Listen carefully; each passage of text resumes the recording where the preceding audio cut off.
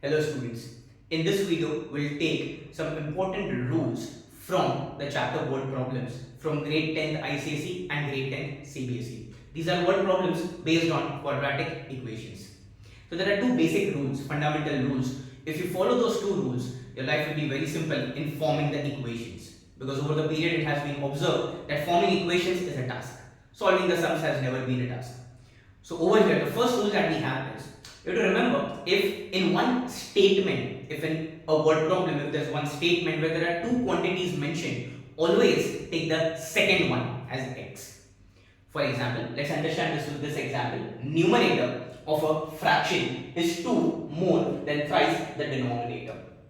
In this example, students, we have one statement where there are two quantities mentioned. The two quantities are numerator and denominator. The rule says that you have to take the second one as x. Over here, if we take the second one as x, we'll basically take denominator as x. Now when we take denominator as x, it becomes very simple to use x and express the first quantity, which is numerator, in terms of x. So over here, numerator is 2 more than thrice the denominator. Thrice of the denominator means thrice of x, which becomes 3x, and 2 more than that. 2 more means plus 2. So once we take the denominator as x, numerator simply becomes 3x plus 2. That was the first rule. Moving ahead to the second rule. In the second rule, the rule says that in case of word problems where we come across words like more than, or less than, or greater than, or increasing, decreasing, exceeds, in all these cases there will be multiple methods to solve the sum. But just remember this one rule, it will make your life very simple, because then for all sums there will be one single method. The method is, just remember, you have to subtract. So remember this, whenever you come across words like these, just subtract. I'll tell you how this works. Let's take one example. If the speed of an aeroplane is reduced by 40 km per hour, it takes 20 minutes more to cover 1200 kilometers. Find the speed of the plane. We usually take speed as x in speed distance time questions. So we'll assume speed as x. Now in the first case, the distance is given 1200 and speed is x. So in the first case, time is going to be 1200 by x, because time is distance upon speed.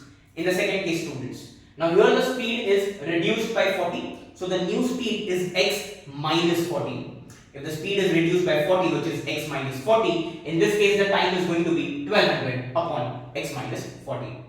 Now comes the rule in the picture. You have to understand that here they have used the word more. The word more simply falls into this rule bracket, which means we are going to now subtract. Even if it's more, we'll subtract. What you have to understand is when they say something is more than other, they are comparing two quantities. The only thing that you have to now decide is which quantity is bigger.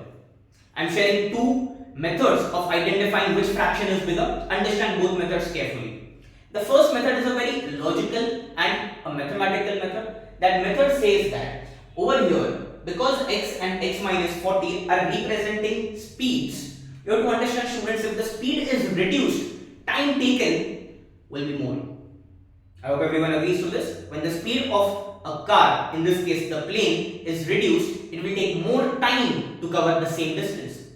Which means that in this case, because the speed is reduced, the time taken in the second case is more than the first case.